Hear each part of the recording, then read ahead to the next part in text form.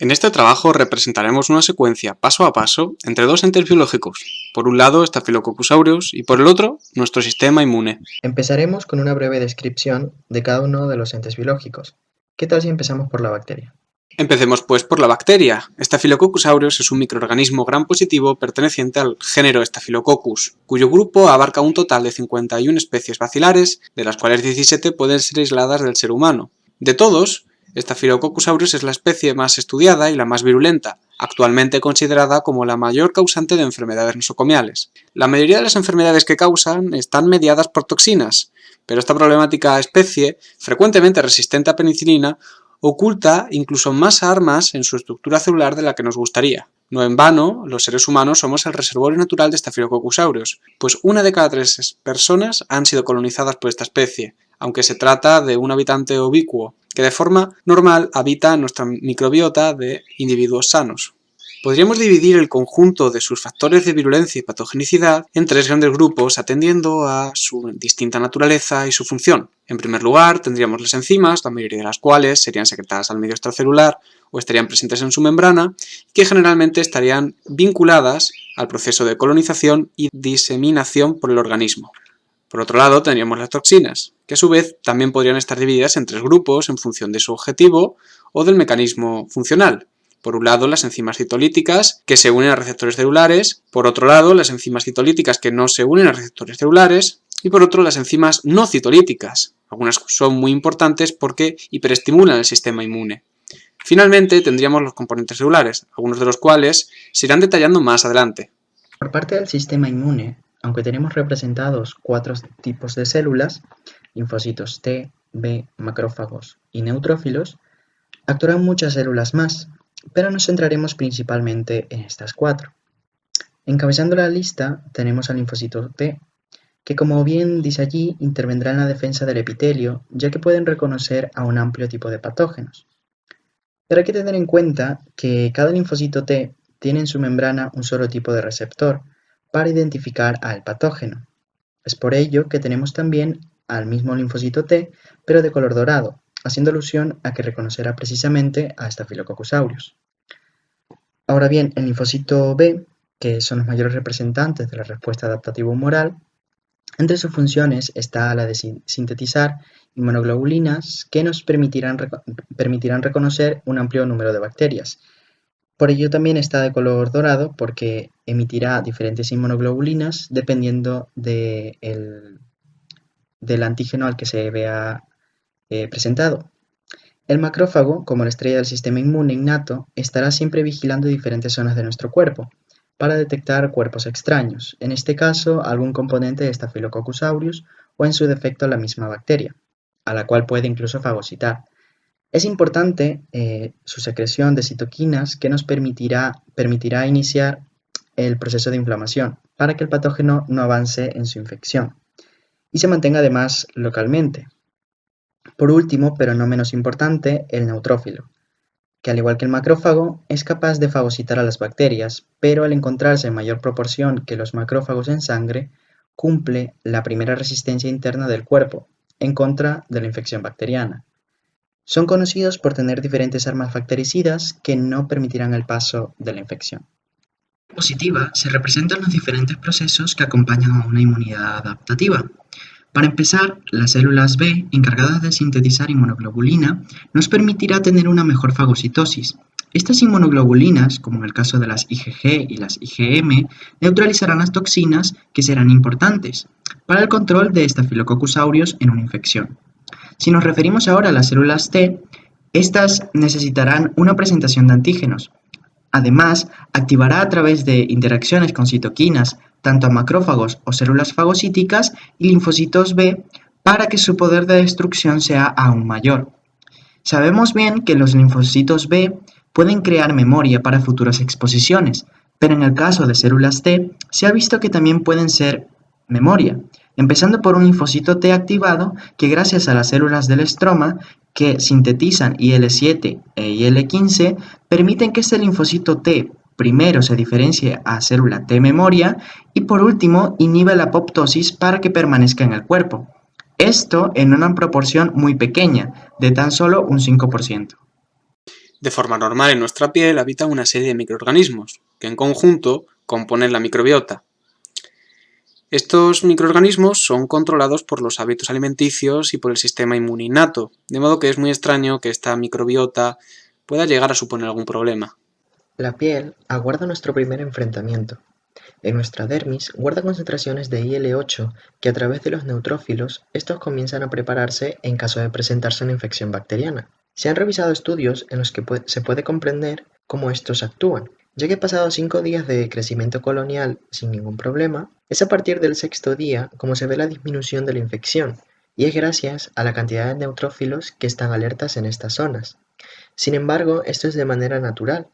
Pero ¿qué pasaría si tenemos una pequeña herida en esa zona y la cantidad de IL-8, aunque esté presente, no es suficiente para alertar a los neutrófilos? No obstante, la presencia de estos microorganismos supone un peligro potencial en el momento en el que la primera barrera de nuestro organismo es dañada.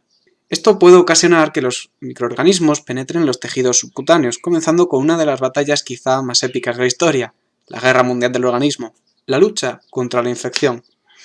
En este tipo de vulnerabilidades, Staphylococcus aureus es experto. Presenta una cubierta de slime o capa mucoide, que es una capa de polisacáridos y péptidos que le sirve de envoltura protectora y le permite adherirse a tejidos, y, en este caso, a material quirúrgico, de ahí que sea una de las especies más problemáticas en los hospitales. Este es uno de los muchos ejemplos de las formas que Staphylococcus aureus puede penetrar en los estratos más internos de la piel, comenzando con el proceso infectivo. Al producirse esta herida, nuestras células epiteliales secretan IL-1, que servirá para que los linfocitos T se activen, y así llegando a la zona de la herida, comienzan a tener contacto con Staphylococcus aureus. La IL-6, por otro lado, segregada por macrófagos, estimulará el crecimiento y la diferenciación de los linfocitos T y B, aunque todos estos procesos nos servirán después para la respuesta adaptativa. Por último, he de decir que la IL-12 es un potente inductor del interferón gamma por parte de las células T. Cabe aclarar que cada uno de estos factores, siendo algunos de inflamación, permitirán realizar otros procesos que veremos a continuación. Y también he de decir que la IL-12 activa una célula del sistema inmune innato, que es la célula NK, que también tiene un papel importante para la defensa en este preciso momento. Una vez que Staphylococcus aureus penetra en el estrato granuloso de la epidermis, es capaz de secretar toxinas exfoliativas como desmogleína 1, que es una proteasa específica de desmosomas y caderinas, produciendo el síndrome de la piel escaldada, que en esencia es causado por el desprendimiento de las capas superiores del estrato granuloso de la epidermis, que da las características ampollas y descamaciones. En este momento empieza a funcionar nuestro sistema inmune innato. Mediante mediadores inflamatorios haremos que macrófagos permitan la coagulación de vasos sanguíneos para impedir que la infección se extienda. Este sistema, aunque no discrepa realmente al microorganismo, lo detecta como no propio y por tanto lo destruye. Los PAMs, patrones moleculares asociados a patógenos, servirán de guía para las células fagocitarias. Además, los macrófagos, a través de la fagocitosis, eliminarán a la gran mayoría de bacterias. Pero si estamos inmunodeprimidos, lo que pasa es que... Pues entonces lo que sucede es que algunas células pueden evadir el sistema inmune, penetrando en estratos todavía más profundos, como es el caso, por ejemplo, del tejido adiposo subcutáneo. Para la mayoría de patógenos, esta sería una barrera muy difícil de pasar. No obstante, Staphylococcus aureus presenta la capacidad de secretar lipasas, lo que le permite salvar el obstáculo. En la imagen de la izquierda podemos ver un preparado en microscopía en el cual vemos tejido sano, en contraposición al de la derecha, tejido afectado, en el cual vemos que está considerablemente dañado, lo cual facilita el paso a los tejidos todavía más profundos. Pasado unos días, y si la infección continúa, empieza la respuesta de fase aguda, que tiene principalmente a 3 mediadores que ya hemos descrito, que son IL-1, IL-6 y TNF-alfa, producidos por los macrófagos, que con su acción combinada producen lo que conocemos como fiebre. Hay que tener en cuenta de que es gracias al reconocimiento por parte del macrófago gracias a su TLR. Una parte importante de este proceso del sistema inmune innato es que una vez que un macrófago fagocita una bacteria, se internalizará un antígeno y se expondrá a través de su complejo mayor de histocompatibilidad de tipo 2 a este antígeno. Esto servirá posteriormente para el proceso del sistema inmune adaptativo. Lo que ocurre posteriormente es el drenado linfático de la zona de enfrentamiento, pero no solamente lleva células muertas o bacterias, sino que también lleva a los macrófagos que están exponiendo en su MH2 el antígeno, como por ejemplo puede ser el LPS del patógeno que estamos refiriéndonos ahora, que es Staphylococcus aureus. Ahora bien, en el siguiente proceso involucra a un macrófago que llegue a un ganglio linfático, este proveniente de la zona de infección. Este macrófago presentará el antígeno a un linfocito T, pero específico, que lo reconozca de tal manera que el linfocito T, sintetizando otras citoquinas como la IL-2, activará de manera más intensa al macrófago para que éste fagocite posteriormente a las bacterias. El linfocito T, teniendo una reacción policlonal, se moverá hacia las zonas marginales del ganglio, donde estará en contacto con el linfocito B, y también este será específico para el mismo antígeno que le habían presentado. Es decir, el linfocito B ya tiene en su complejo mayor de histocompatibilidad tipo 2 el antígeno que le presentó el macrófago, o simplemente el mismo antígeno, ya que lo puede reconocer, y este linfocito B se convertirá en una célula sintetizadora de anticuerpos, cuando el linfocito T, a través de su TCR, reconozca exactamente el mismo antígeno. Sin embargo, hay que tener en cuenta que Staphylococcus aureus no solo tiene un antígeno, sino varios, produciéndose la misma reacción para cada uno de ellos y liberando los anticuerpos al torrente sanguíneo. Si hablamos de torrente circulatorio, tenemos que tener en cuenta que si Staphylococcus aureus sigue avanzando cada vez a estratos más profundos de la piel, es posible que en algún momento llegue a torrente circulatorio, donde este patógeno podrá ser capaz de colonizar fácilmente nuevos tejidos, valiéndose de enzimas como la hialuronidasa, que cataliza la destrucción del ácido hialurónico, componente fundamental de la matriz, o la estafiloquinasa, activador del plasminógeno a plasmina, lo que induce la ruptura de las redes de fibrina de la matriz. Durante la proliferación de Staphylococcus aureus en los nuevos tejidos, podrá ir excretando productos al medio extracelular, produciendo cada vez más daños en los tejidos. Algunos de estos productos podrán ser enzimas o toxinas. Hay que destacar que la colonización de nuevos tejidos viene ligada a la secreción de slime, la capa de mucopolisacáridos anteriormente mencionadas, que le permite la adhesión a los tejidos que coloniza, así como la evasión suficiente como para poder proliferar sin que sus antígenos sean detectados fácilmente por el sistema inmune. Eventualmente, si la colonia ha alcanzado tal grado de proliferación, tanto las células como el producto de desecho, protegido por el mucus, podrá extravasar a los tejidos adyacentes, ocasionando que, finalmente, puedan volver a llegar a la sangre, lo que supone más terreno para Staphylococcus ganado a costa del sistema inmune. Se puede llegar incluso a hablar de bacteremia, propiamente dicho, lo que podría anteceder a una complicada infección sistémica. Un momento. En esta parte los macrófagos siguen vigilando diferentes zonas de nuestro cuerpo. ¿Qué pasaría si encontrasen a Staphylococcus aureus? Pues bien, siguiendo el proceso de adhesión, tenemos que recordar diferentes receptores que tienen los macrófagos para detectar diferentes PAMs. Ya hemos hablado de uno de ellos, que es el TRL, pero tenemos también otros receptores como los de la familia NLR y CLR. El TCR sabemos que los microorganismos poseen lipopolisacárido, abreviado LPS, y el macrófago posee un receptor que es muy específico para LPS y se denomina TRL4, que es un receptor tipo TUL. El LPS se tiene que unir a LBP, que funcionará como opsonina, facilitando la unión de CD14. Todo este complejo se une ahora sí por fin al receptor TRL4, que también tiene una proteína denominada MD2, que será la responsable del reconocimiento directo de LPS. El receptor se dimeriza y produce la unión de la proteína MID88, que tiene dos dominios, el primero con el que interactúa al receptor TLR4, que es el dominio TIR, y otro que se denomina dominio de la muerte, o de muerte, que se unirá a una quinasa denominada IRAC. Esta se fosforila y se continúa una cascada de señalización aguas abajo para informar al núcleo de la presencia de LPS y liberar diferentes factores de señalización a otras células del sistema inmune. Sin embargo, en estudios se ha demostrado que IRAC tiene una proteína denominada TOLIP que interactúa con el dominio TIR.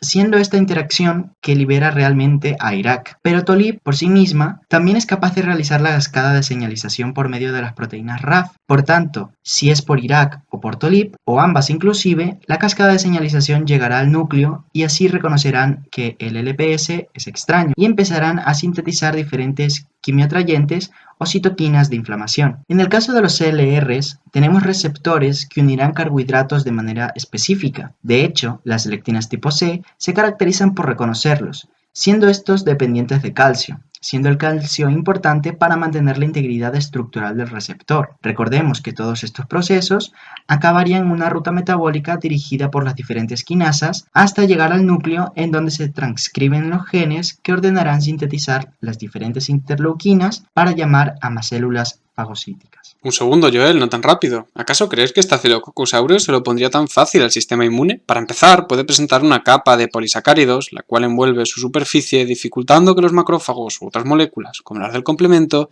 interactúen con la superficie celular. Esto supone una primera dura línea de defensa. En el caso de que tan solo un macrófago se percatase de su presencia y llamase a otros tantos más, Staphylococcus presenta muchas moléculas para hacerle frente. Por ejemplo, la proteína HLA es una de las mejor estudiadas. Se sabe que puede actuar de forma sinérgica con otras 7 proteínas HLA, formando un poro que se ensambla en la bicapa lipídica, cuya formación induce el desequilibrio de la membrana y posterior lisis del macrófago. A su vez, es ligando de receptores de macrófago como ADAM10. Otro caso es el de los péptidos PSM, con actividad leucolítica, especialmente estudiada contra neutrófilos, y que se intuye que también funciona contra macrófagos. Su estructura anfipática también le permite formar poros de forma semejante a HLA. También están otras tantas como HLG-CB, que se une a C5AR1 del complemento, LUC-AB, que se une a CD11B, o la alfa-hemolisina, que también se une a las proteínas ADAM. Otro receptor realmente importante es intracelular, que son los NLR, que como he mencionado anteriormente, son una familia bastante grande, NOD1 y NOD2, que reconocerán al peptidoglicano, pero no al patógeno en sí, sino a los derivados de este, llevando la cascada de señalización en paralelo a lo que sucedía con TLR. Es decir, como vemos en el gráfico, los receptores PPR mandarán la señalización al núcleo, que es lo que hemos visto hasta ahora. Y posteriormente el núcleo realizará la formación del inflamosoma en el RP3, que activará la caspasa 1, que a su vez activará a los diferentes prointerleuquinas y HMGB1 que se emitirán al medio para realizar el proceso de quimiotaxis, es decir, atraer a más células fagocíticas. Tal como hemos visto, Staphylococcus aureus se defiende muy bien, pero todos estos procesos realmente pueden ser aún más dificultosos para el patógeno si metemos a las proteínas del complemento y a diferentes inmunoglobulinas que volverán esa tarea de fagocitosis mucho más sencilla. Por tanto, si unimos todos los procesos de los que hemos hablado hasta ahora, podríamos catalogarlos en 3: los no dependientes de opsonización, como es el caso del Dectin 1 o CD36, los dependientes de opsonización como el FC gamma R y el MAC1, y los identificadores de la superficie del patógeno, que obviamente serán mediadas por la unión de inmunoglobulinas G, como las que ya hemos visto, y también los C3b, que es precisamente de donde proviene la proteína del complemento. A ver, sí, es cierto que la opsonización y el complemento facilitan mucho la fagocitosis, pero lo cierto es que Staphylococcus aureus también tiene mecanismos para no ponérselo tan fácil. Las 3 rutas de activación del complemento tienen como denominador común C3, que es la proteína precursora de C3a y C3b. C3b se une a superficies reactivas como la de los patógenos y es un ligando del receptor fagocítico MAC1. Además, C3b participa en el proceso de formación del complejo de ataque de membrana y de C5a, un potente mediador de la respuesta inmune, proinflamatorio, por lo tanto, y el complejo de ataque de membranas que induce poros líticos en membranas bacterianas. Es cierto que todavía no está claro cómo evita Staphylococcus aureus a la fagocitosis mediada por receptores no dependientes de ozonización, pero lo que sí que se ha descrito es cómo interfiere con inmunoglobulina G y C3b, dificultando la fagocitosis. La proteína A es un claro ejemplo.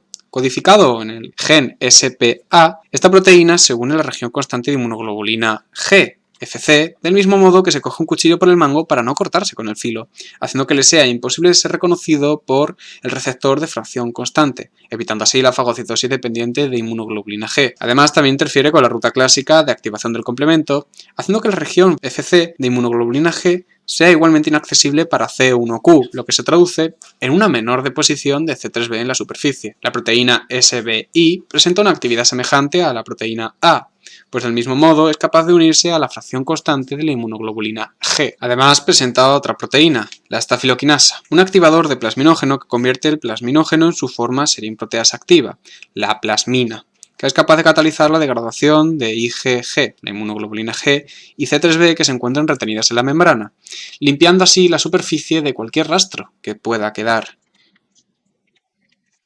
También puede optar por otras vías y desactivar directamente la producción de C3b. La ruta clásica es dependiente de C1q para iniciar el proceso de activación, pues es ahí donde Staphylococcus aureus puede bloquear la ruta de activación. Presenta una proteína de unión a colágeno denominado CNA, que es capaz de unirse directamente a la proteína C1q impidiendo la activación de la C3 convertasa. Además, Staphylococcus aureus es capaz de secretar otra proteína, SCIN, Staphylococcal Complement Inhibitor, una proteína de bajo peso molecular que se une especialmente a la C3 convertasa, inactivándolo. Es cierto, pero una gran mayoría de macrófagos terminarían fagocitando a la bacteria. Vamos a ver cómo se produce esto. La internalización de la bacteria se inicia cuando la extensión del pseudópodo envuelve progresivamente a la misma bacteria, mientras que ésta ingresa en el citoplasma de la célula. Todos estos procesos son mediados por los receptores anteriormente descritos, como el caso del TRL, que señaliza, como dije, con quinasas, por ejemplo PIP3 y RAC1, que van a activar la polimerización de actina, empujando la membrana del pseudópodo hacia adelante y alrededor de la bacteria. Después de la inmersión, se inicia la maduración del fagosoma, que posteriormente se fusiona con lisosomas y posiblemente también con compartimentos del retículo endoplasmático. Una vez internalizado en el fagolisosoma, el patógeno será destruido gracias a la síntesis de diferentes enzimas proteolíticas que destruirán a Staphylococcus aureus. Si bien es cierto que Staphylococcus aureus es un patógeno extracelular, también es cierto que puede defenderse contra las amenazas del interior de un fagolisosoma. Es el caso, por ejemplo, de una serie de genes como pueden ser SOD-A y SOD-M, que codifican para la superóxido dismutasa, o CAT-A, que codifica para la catalasa, los cuales en acción conjunta son capaces de catalizar el paso del ion superóxido a finalmente H2O más oxígeno. Como su nombre indica, su coloración dorada viene de la estafilosantina, la cual es un potente antioxidante que le confiere resistencia contra las especies reactivas del oxígeno y que además, dado que disminuye la fluidez de su membrana, también le permite resistir a ataques de ciertos péptidos. Además, por si estos sistemas de prevención de daños de las especies reactivas del oxígeno no fueran suficientes, también presenta todo un sistema de reparación de daños en el DNA. Otro de los peligros es el pH ácido, que se encuentra normalmente por debajo de 5. In vitro se ha observado que Staphylococcus aureus presenta la capacidad de sobrevivir tanto en condiciones de estrés ácido orgánico como inorgánico, siendo reconocido toda una serie de genes que dan como respuesta a este estrés la ureasa, la cual hidroliza urea a amoníaco. El amoníaco en condiciones de estrés ácido actúa como una base débil, consumiendo protones para aumentar el pH a niveles ligeramente más básicos. Otro de los peligros del interior del fagolisosoma es la presencia de péptidos antimicrobianos. Un ejemplo de ello es la lisocima, la cual ataca los enlaces glicolípidos. No obstante, la acetiltransferasa es capaz de acetilar el péptido glicano, lo cual en cierta medida puede llegar a inhibir la actividad de la lisocima. Además, Staphylococcus aureus puede incorporar residuos de lisina y de alalina a la membrana plasmática y a los ácidos teicoicos respectivamente, lo cual hace que aumente electropositivamente la carga neta de la superficie celular, siendo menos afines determinadas proteínas que la puedan atacar. Además de poder resistir a los peligros del interior del fagolisosoma, Staphylococcus aureus también es capaz de replicarse en su interior. Además, liberar una serie de factores que producen poros en la membrana de la vesícula, lo que eventualmente se traduce en que estos Staphylococcus aureus pueden salir al citosol, donde eventualmente, tras mucha replicación, puedan reventar el macrófago desde el interior, saliendo al exterior. Ahora bien, ya hemos hablado de las armas de los diferentes tipos celulares, pero ¿qué pasa con los neutrófilos? Hay un mecanismo súper importante que desarrollan estas células, pudiendo hacerlo de manera indirecta o también directa, al igual que los linfocitos B. Las NET o trampas extracelulares de neutrófilos tienen la finalidad de crear un ambiente microbiocida, que lo hacen de por sí en la degranulación, pero en este mecanismo se ha visto que induce también a la muerte celular, teniendo implicado ciertas proteínas y rutas metabólicas muy parecidas, por no decir iguales, aunque a este proceso se le denomina netosis. Lo que ocurre es que a través de un inductor, como es el caso por ejemplo del LPS, el neutrófilo pierde su forma polilobulada, el núcleo, y por tanto la eucromatina como la heterocromatina se homogenizan y las envolturas nucleares se desintegran, dejando así en contacto el ADN con los componentes citoplasmáticos. Finalmente, la membrana celular se rompe y las NET son liberadas. Las proteasas granulares asociadas a histonas ejecutarán funciones microbiocidas en un radio determinado, es decir, las atrapan, por decirlo de alguna manera, y las destruyen. Según diferentes fuentes, ya basándonos un poco en la parte molecular, la activación de la NADPH oxidasa de los neutrófilos es el desencadenante de esta ruta, que forma superóxido, que puede convertirse en H2O2 o peróxido de hidrógeno, que activará a un complejo de proteínas de alto peso molecular formado por proteínas de gránulos azufrofílicos elastasa, MPO, proteinasa 3 y probablemente otras proteínas de gránulos llamadas el azurosoma, es decir, todas forman el azurosoma. El MPO produce ácido hipocloroso y permite la disociación del azurosoma y la liberación de sus componentes en el citoplasma. Uno de estos componentes es la elastasa de neutrófilos NEE que migra al núcleo. NEE procesa histonas, permitiendo la descondensación de la cromatina. Durante este proceso, la membrana nuclear se deshace, produciendo que las proteínas citoplasmáticas tengan contacto con la cromatina. Y así, en la foto, por ejemplo, podemos observar a los diferentes componentes de las NET. En azul el ADN, en rojo el nucleosoma y en verde la elastasa, pudiendo observar, donde se apunta con la flecha, la presencia de estas redes. Al entrar en contacto con la cromatina eyectada durante la netosis, Staphylococcus aureus es capaz de producir moléculas tóxicas de deoxiadenosina que inducen a la activación de la muerte celular por caspasa 3 en las células del sistema inmune. Los efectores que median esta respuesta son nucleasas que son secretadas para degradar el DNA y RNA eyectados, dando lugar a nucleótidos 3' que pueden ser metabolizados por la adenosina sintasa, formando moléculas, entre otros, de deoxiadenosina. Algunos artículos apuntan a que tanto la secreción de nucleasas como de adenosina sintetasa participan en la evasión de la fagocitosis, pero investigaciones más recientes han aclarado que este sistema se asocia únicamente a la producción de deoxiadenosina, la cual es un potente antiinflamatorio e inmunosupresor. Anteriormente habíamos dicho que Staphylococcus aureus había pasado a la sangre y que esto, en esencia, podía conllevar uno de los antecedentes de una infección sistémica. Básicamente se trata de todo un conjunto de cuadros clínicos diferentes y patologías muy variadas. Algunas de las patologías más importantes que causa Staphylococcus aureus son la osteomielitis, endocarditis, meningitis y síndrome del shock tóxico. Hemos querido referirnos brevemente a estas principales afecciones. En el caso de la osteomielitis, dado que Staphylococcus aureus circula por la sangre, puede llegar a colonizar el tejido óseo. En niños, especialmente coloniza huesos largos y en adultos, mayoritariamente vértebras, produciendo tanto la inflamación de tejidos como su degradación. En esta radiografía se puede observar una cavidad en los huesos. En el caso de la endocarditis, en el corazón, Staphylococcus aureus puede adherirse a la válvula mitral o aórtica, que al estar inflamadas pueden no funcionar como es debido, ocasionando reflujo de sangre o una mala circulación de la misma. En el caso de la meningitis hematológica, si por el corriente sanguíneo llega al sistema nervioso central, puede ocasionar la inflamación de las meninges y puede llegar a dejar secuelas definitivamente.